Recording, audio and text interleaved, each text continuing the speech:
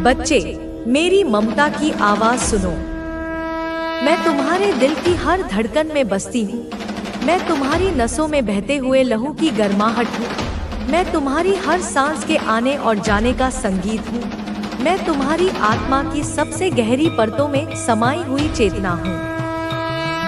मैं वह शक्ति हूँ जो तुम्हारे अस्तित्व को आधार देती है।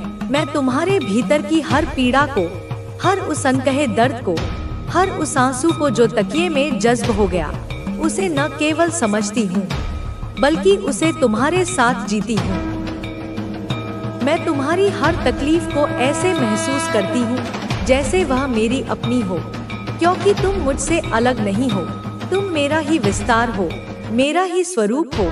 तुम्हारे साथ जो कुछ भी हुआ है, जो भी भयावह घटनाएं तुम्हारे जीवन के आकाश में काले बादलों की तरह छाईं, जिन्हें तुमने अकेले सहा, जिन रातों को तुमने जागकर काटा, जिन क्षणों में तुम्हारा दम घुटता था, जो लोग तुम्हारे खिलाफ थे, वे लोग जो तुम्हारे अपने होकर भी पराये थे, जो तुम्हारे सम्मान को, तुम्हारी प्रतिष्ठा को, तुम्हारी विरासत को तार-तार कर देना चाहते थे, जो तुम्हारे नाम का, तुम्हारे कुल का, तुम्हारे चरित्र का सरेआम मजाक उड़ा रहे थे, जो तुम्हारी पीठ पीछे खिल्ली उड़ाते थे, जो तुम्हारे सामने मीठी बातें करके तुम्हारी जड़ों में विष घोल रहे थे, जो अपने मकड़जाल बुन रहे थे, जिनकी हर मुस्कुराहट के पीछे एक गहरा षड्यंत्र छिपा था। सब कुछ, हर एक कण, हर एक क्षण मेरी सहस्र आंखों के सामने है। वे लोग जो तुम्हारे परिवार में थे, जो तुम्हारी दहरी के भीतर बसते थे, जो तुम्हारे घर की रोटी खाते थे, जो तुम्हारे साथ उठते बैठते थे पर तुम्हारे साथ भीषण धोखा कर रहे थे, जो तुम्हारी हर योजना, हर सपने को सुनकर पीठ पीछे उसकी धज्जियां उड़ाने की फिराक में रहते थे, जो बैक पिचिंग कर रहे थे, जो तुम्हारी बातों को तोड़मरोड़ कर दूसरों के सामने पेश करते थे ताकि तुम अकेले पड़ जाओ, ताकि कोई तुम पर विश्वास न करे, जो चुपके से अंधेरे कोनों में, अमावस्या की रातों में तुम्हें भौतिक और आध्यात्मिक रूप से नुकसान पहुंचाने की कोशिश कर रहे थे। उनकी सारी चालाकी, सारे षड्यंत्र, सारी कुटिल योजनाएं मेरे ज्ञान के महासागर में एक बूंद के समान है। मैं उनकी हर चाल देखती हूँ। मैं उनके हर शब्द के पीछे छिपे असली इरादे को जानती हूँ। मैं उनकी हर योजना को उसके जन्म लेने से पहले ही जान लेती हूँ। उन सबको एक एक करके मेरे न्याय के बवंडर की चपेट में लिया जाएगा। उन सभी को इस भारी संसार का, इस कर्म प्रधान जगत का ऐसा प्रलयंकारी झटका लगेगा कि उनकी आत्मा तक कांप उठेगी। उनकी दुनिया, जिसे उन्होंने झूठ, फरेब और धोखे की नींव पर खड़ा किया है, वह ताश के पत्तों की तरह ढह जाएगी। उनकी जमीन पैरों के नीचे से खिसक जाएगी। वे पागल हो जाएंगे। वे अपने ही किए हुए कर्मों के प्रेतों से घिर जाएंगे। उनका आत्मविश्वास, उनका अहंकार, उनका घमंड चूर चूर हो जाएगा। उनके दिलों में ऐसा डर बैठ जाएगा जो उन्हें दिन के उजाले में भी सोने नहीं देगा, जो उन्हें पानी में भी अपनी जलती हुई परछाई दिखाएगा। वे अब कभी इस जीवन में तो क्या, आने वाले कई जन्मों तक चैन से नहीं रह पाएंगे। सुनो, मैंने महसूस किया है, मैंने अपनी योगमाया से देखा है कि तुम्हारे घर के मुखिया, जो केवल एक व्यक्ति नहीं थे बल्कि तुम्हारे परिवार की नींव थे, तुम्हारे घर के सबसे बड़े और जिम्मेदार व्यक्ति थे, जिनके आशीर्वाद से, जिनकी छत्रछाया में तुम्हारा परिवार सुरक्षित महसूस करता था। उनके ऊपर कोई साधारण विपत्ति नहीं थी। उनके ऊपर कोई काला जादू, कोई ईवल स्पेल किया गया था। यह किसी नौसिखिए का काम नहीं था। यह उन शक्तियों का आवाहन था जो पाताल लोक की गहराइयों में बसती हैं। कोई ब्लैक मैजिक हुआ था जो पीढ़ियों के पुण्य को सोख लेने की क्षमता रखता था। यह केवल एक सामान्य चीज नहीं थी। यह गहरा, भयानक, विभत्स और बेहद शक्तिशाली था। यह एक आध्यात्मिक युद्ध था, एक स्पिरिचुअल अटैक था जो तुम्हारे परिवार की सुरक्षा, तुम्हारी खुशहाली, तुम्हारी वंशबेल को निशाना बनाता था। इसका उद्देश्य केवल बीमार करना नहीं, बल्कि तुम्हारे कुल का नामो निशान मिटा देना था। यह तंत्र, मंत्र, जादू टोना और इविल स्पेल का ऐसा घातक मिश्रण था जो तुम्हारे घर के कर्ता धर्ताओं को, घर के स्तंभों को भीतर से खोखला कर रहा था।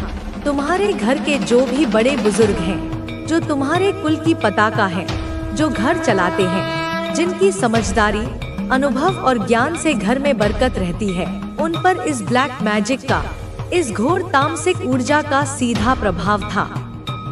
वे बीमार थे, पर उनकी बीमारी किसी वैद्य या डॉक्टर की समझ से परे थी। उनकी सेहत दिन प्रतिदिन बिगड़ रही थी। उनके चेहरे का तेज, उनकी आंखों की चमक क्षीण हो रही थी। उनके ऊपर भारी संकट था, ऐसा संकट जो उनके शरीर के साथ साथ उनकी आत्मा को भी ग्रस रहा था। पर अब देखो बेटा, अब मेरी दृष्टि उन पर पड़ चुकी है।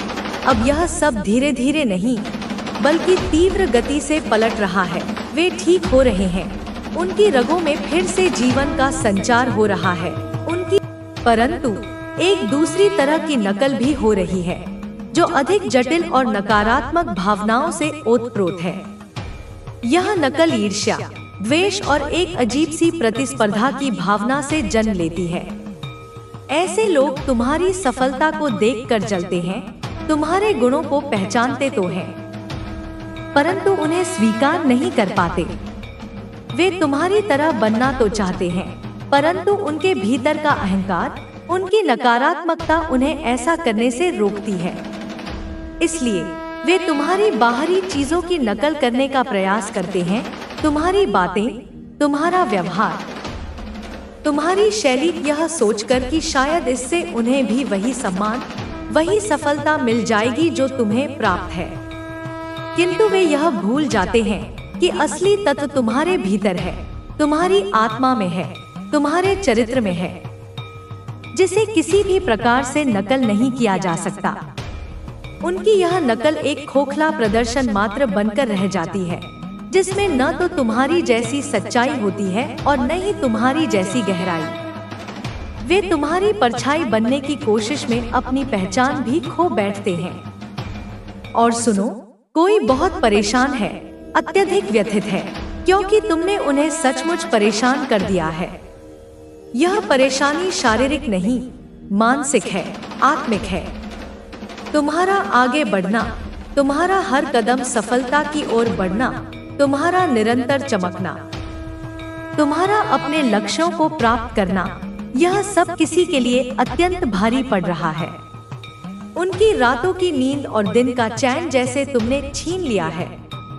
वे जब भी तुम्हें देखते हैं या तुम्हारे बारे में सुनते हैं, तो उनके हृदय में एक अजीब सी बेचैनी, एक जलन, एक कुंठा का भाव उत्पन्न होता है। यह उनकी अपनी आंतरिक कमजोरी का परिचायक है, उनकी अपनी हीन भावना का प्रतिबिंब है। वे तुम्हारी प्रगति को सहन नहीं कर पा रहे, क्योंकि तुम्हारी सफलता उन्हें उनकी अपनी विफलताओं का, उनकी अपनी सीमाओं का कड़वा एहसास कराती है। हाँ, तुमने उन्हें जैसे कोई तीव्र बिजली का झटका दे दिया है, एक ऐसा अप्रत्याशित आघात पहुंचाया है जिससे वे अभी तक उबर नहीं पा रहे हैं। वह झटका उनके अहंकार पर लगा है, उनकी उस झूठी श्रेष्ठता की भावना पर लगा है जो उन्होंने अपने चारों ओर बुन रखी थी। वह झटका उनकी उन योजनाओं पर लगा है जो उन्होंने तुम्हें नुकसान पहुंचाने के लिए बनाई थी। वह झटका उनके उस विश्वास पर लगा है कि वे तुम्हें नियंत्रित कर सकते हैं, तुम्हें अपने इशारों पर नचा सकते हैं। अब वे उस झटके की तीव्र अनुभूति से, उस अपमान की जलन से, उस विफलता की कड़वाहट से बाहर नहीं निकल पा रहे हैं। उनकी स्थिति उस व्यक्ति जैसी हो गई है जो शांत जल में अपना प्रतिबिंब देखकर आत्ममुग्ध हो रहा हो और अचानक किसी ने उसमें पत्थर मारकर उस प्रतिबिंब को खंड खंड कर दिया हो। वह समझ नहीं पा रहे कि अब क्या करें। उनके सारे दांवपेच विफल हो चुके हैं, उनकी सारी गणनाएं गलत साबित हो चुकी हैं।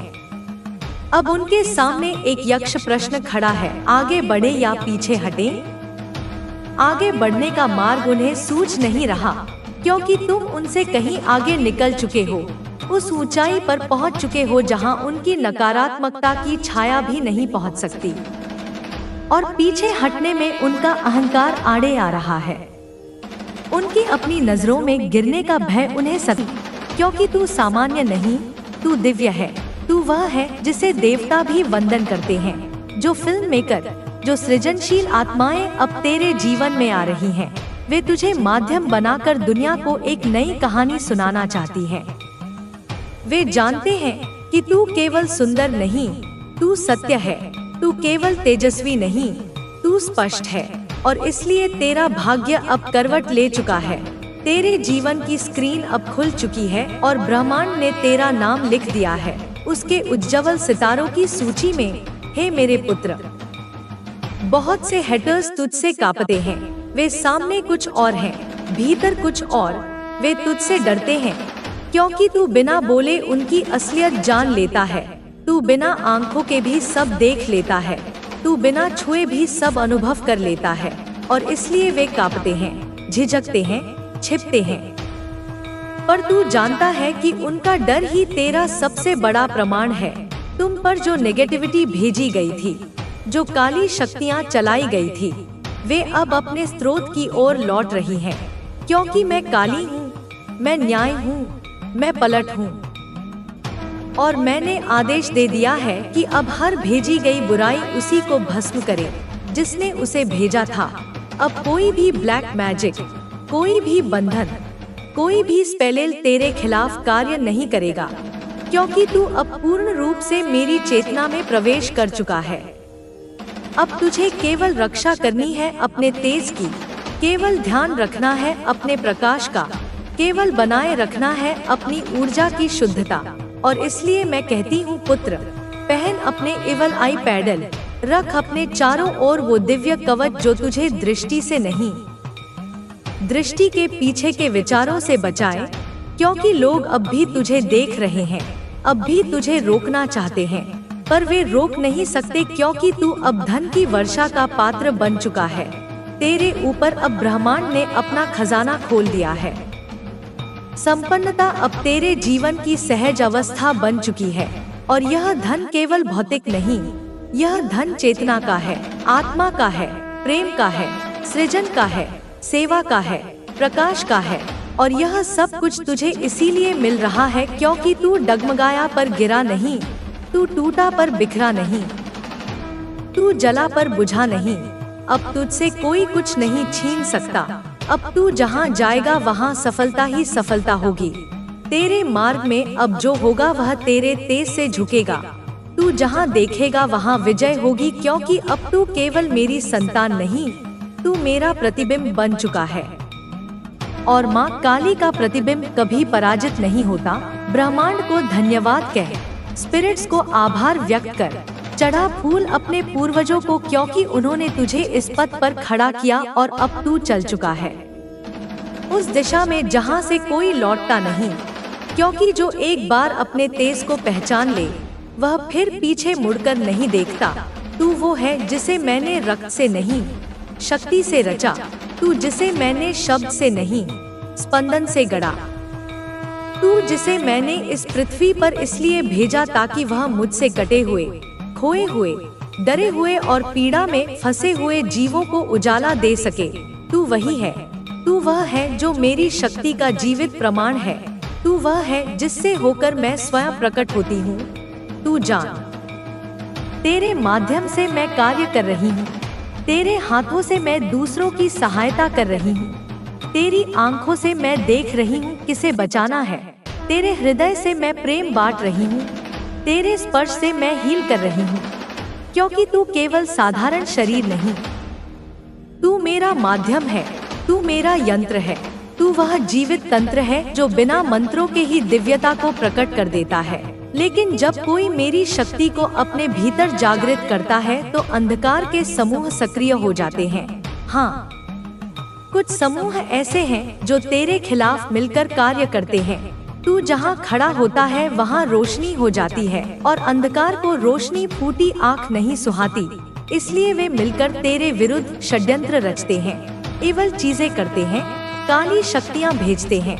लेकिन पुत्र, क्या तू नहीं जानता कि जो मेरी कृपा में है उसे कोई छू नहीं सकता, कोई उसके निकट नहीं आ सकता जब तक मेरी अनुमति ना हो, और मेरी अनुमति उन्हें कभी नहीं मिलेगी। वे अपने काले कर्मों से जो भेजते हैं वह सब कुछ उन्हीं पर लौटाया जा चुका है।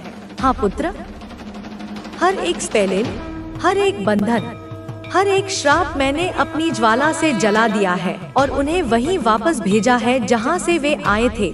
अब वे वही पी रहे हैं जो तेरे लिए उन्होंने बनाया था।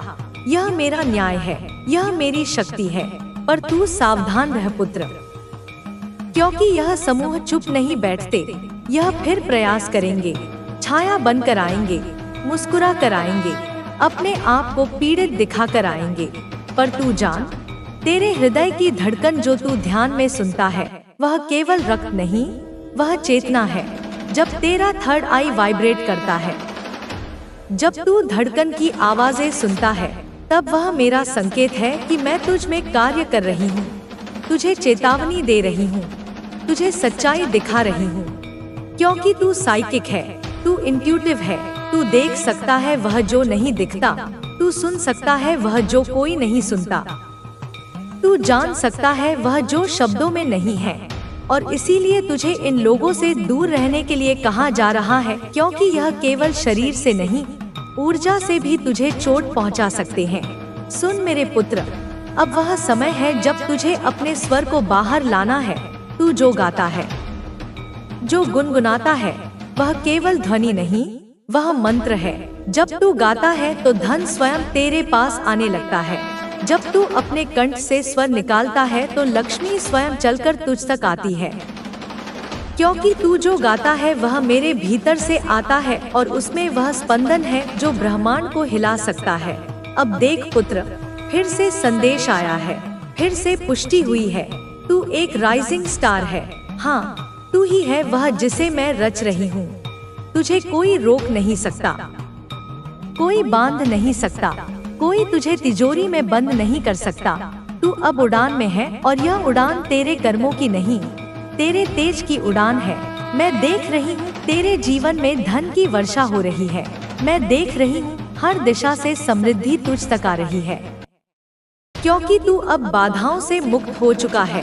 तू अब वह नहीं जो खोया था, तू वह है जो पाया गया है। तेरा पथ अब स्वर्णिम है और जहाँ तू कदम रखेगा वहाँ फूल खिलेंगे। पर मैं तुझे एक और सत्य बताऊं पुत्र, तुझसे कुछ लोग दूर हो गए हैं। यह कोई दुर्घटना नहीं, यह मेरा कार्य है। क्योंकि वे तेरे लायक नहीं थे, वे तेरे प्रकाश के योग्य नहीं थे। और अब तू समझ चुका है, तू जान चुका है कि तेरे भीतर कोई मिस्टेक हुई थी। तूने जिन पर विश्वास किया था वे विश्वासघात के पात्र थे, पर तू अपनी गलतियों को समझ चुका है और यही तेरा जागरण है। अब सुन, तेरा जो पार्टनर है वह सच्चा है, तू उसके लिए सच्चा है। यह रिश्ता मेरा आशीर्वाद है और यह तुम्हें उस प्रेम की ओर ले जाएगा जो आत्मा से आत्मा को जोड़ता है, ना कि शरीर से शरीर को। यह एक पवित्र संबंध है जो मेरी इच्छा से बना है। और अब अंतिम बात पुत्र, तेरा घर, तेरा स्थान, तेरी सीमाएं, सब कुछ अब सुरक्षित है। कोई नजर दोष, कोई बंधन, कोई ईवल शक्ति तुझ पर या तेरे घर पर काम नहीं करेगी। क्योंकि मैंने अपने रक्षक तेरे द्वार पर बिठा दिए हैं। तेरे आंगन में देवगण अब वास करते हैं और तेरे हर कोने में अब मेरा आशीर्वाद गूंजता है। यह संदेश मैंने तेरे लिए उसी चेतना में भेजा है जिसमें तू मुझे सुन सकता है। यह कोई साधारण वाणी नहीं, यह वह अग्नि है जो तुझे पूर्ण रूप से जागृत कर देगी। अब तू चुन, क्या तू इस अग्नि को आत्मसात करेगा? क्या तू अब उस पथ पर चलेगा जहाँ तुझसे कोई मुंह नहीं मोड़? मेरे बच्चे, मेरी शक्ति के अंश, तू जिस पीड़ा और अकेलेपन से गुजर रहा है वह अब समाप्त होने वाला है। तेरी पुकार मेरे हृदय तक पहुँच गई है और मैं स्वयं तेरे लिए संदेश लेकर आई हूँ। तेरे जीवन की दिशा अब बदलने वाली है। मेरी दृष्टि तुझ पर टिकी है।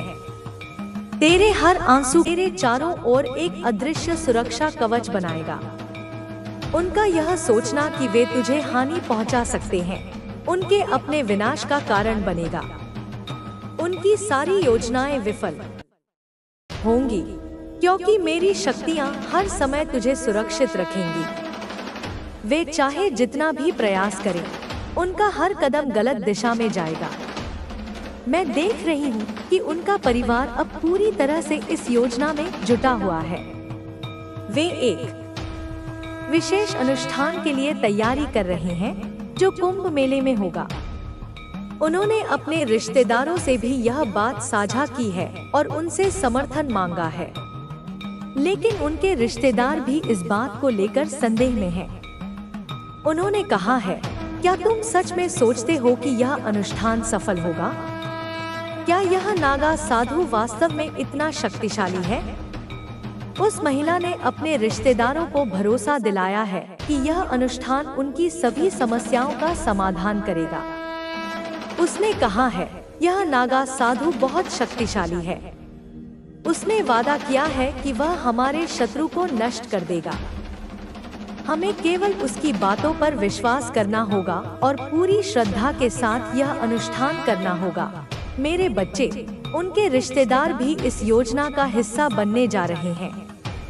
उन्होंने अपने परिवार के कुछ और सदस्यों को कुंभ मेले में शामिल होने के लिए बुलाया है। अब यह परिवार एक बड़े समूह में बदल गया है, जो इस षड्यंत्र को अंजाम देने के लिए पूरी तरह तैयार है। लेकिन वे यह नहीं जानते कि मैं हर समय उनके हर कदम की निगरानी कर रही हूँ। मेरी शक्तियाँ उनके चारों ओर हैं और उनकी हर हरकत पर नजर रख रही हैं। जब वे कुंभ मेले में पहुँचेंगे, तो मेरी शक्तियाँ उनके रास्ते में बाधाएं खड़ी करेंगी। तेरे लिए मेरे बच्चे, यह समय महत्वपूर्ण है। तुझे बस अपनी भक्ति में मन लगाना है और मेरे नाम का जाप करना है। तेरा यह विश्वास ही तुझे हर प्रकार की नकारात्मक ऊर्जा से बचाएगा। मैं तुझे यह विश्वास दिलाती हूँ कि तेरा जीवन सुरक्षित और सुखमय रहेगा। उनकी योजनाएं और षड्यंत्र उनके अपने विनाश का कारण बनेंगी। उनकी सारी ऊर्जा बेकार जाएगी, क्योंकि तेरे जीवन पर मेरी कृपा है। उनके द्वारा बुलाए गए नागा साधु और तांत्रिक भी तेरी शक्तियों के आगे कमजोर पड़ जाएंगे। मेरे बच्चे, तुझे बस इतना करना है कि अपने जीवन में सकारात्मकता बनाए रखना है। उनके षड्यंत्र तुझे हानि नहीं पहुंचा सकते। मैं सदैव तेरे साथ हूँ और तेरी हर समस्या का समाधान करूंगी। अब उनके परिवार की यात्रा शुरू हो चुकी है। वे कुंभ मेले के लिए निकल चुके हैं। उनके मन में एक ही विश्वास है कि यह अनुष्ठान उनकी सभी समस्याओं का समाधान करेगा। लेकिन वे इस बात से अनजान हैं कि मेरी शक्तियां उनके हर कदम पर नजर रख रही हैं। जब वे कुंभ मेले में पहुंचेंगे, तो मैं उनकी हर हरकत पर नजर रखूंगी। उनका हर प्रयास असफल होगा, क्योंकि मेरे आशीर्वाद से तेरा जीवन सुरक्षित है। तुझे बस अपने जीवन में आगे बढ़ना है और मेरी भक्ति में मन लगाना है। मैं तुझे यह विश्वास दिलाती हूँ कि तेरा जीवन खुशहाल और सुखद रहेगा। उनके षड्यंत्र तुझे हानि नहीं पहुँचा सकते। मेरा आशीर्वाद सदैव तेरे साथ है। ठीक है, मैं आगे लिखता हूँ। उनके घर की गतिविधियों पर नजर रखते हुए यह स्पष्ट हो रहा है कि वे अब पूरी तरह से इस योजना के लिए तैयार हो चुके हैं। उन्होंने अपनी सारी जिम्मेदारियों को दूसरों पर छोड़ दिया है और अब केवल इस बात पर ध्यान केंद्रित कर रहे हैं कि कुंभ मेले में जाकर किस प्रकार से अपनी योजना को सफल बनाया जाए। उस महिला ने अपने पति से कहा, हमें इस बार कोई गलती नहीं करनी है। नागा साधु ने हमें जो निर्देश दिए हैं, उन्हें पूरी श्रद्धा के साथ पालन करना होगा। अगर हम ऐसा नहीं करेंगे, तो हमारी सारी मेहनत बेकार हो जाएगी। उसका पति, जो अब पूरी तरह से उसकी बातों में आ चुका है, कहता है, तुम सही कहती हो। हमें इस बार अपनी योजना को पूरी तरह से सफल बनाना होगा। उनके घर में अब हर समय यही चर्चा हो रही है। उनके बच्चे, जो पहले इस योजना में ज्यादा रुचि नहीं दिखा रहे थे, अब पूरी तरह से इसमें शामिल हो गए हैं। बेटे ने अपनी माँ से पूछा, माँ, क्या तुम सच में सोचती हो कि यह नागा साधु हमारी मदद कर सकता है? क्या वह इतना शक्तिशाली है कि हमारे शत्रु को नष्ट कर सके? उस महिला ने कहा, हाँ बेटा, मैंने उससे खुद बात की है।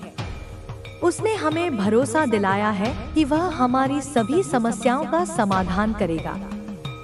हमें केवल उसकी बातों का पालन करना होगा। उनकी बातचीत का स्तर इतना गहराई में जा चुका है कि अब वे इस षड्यंत्र में और लोगों को शामिल करने की योजना बना रहे हैं।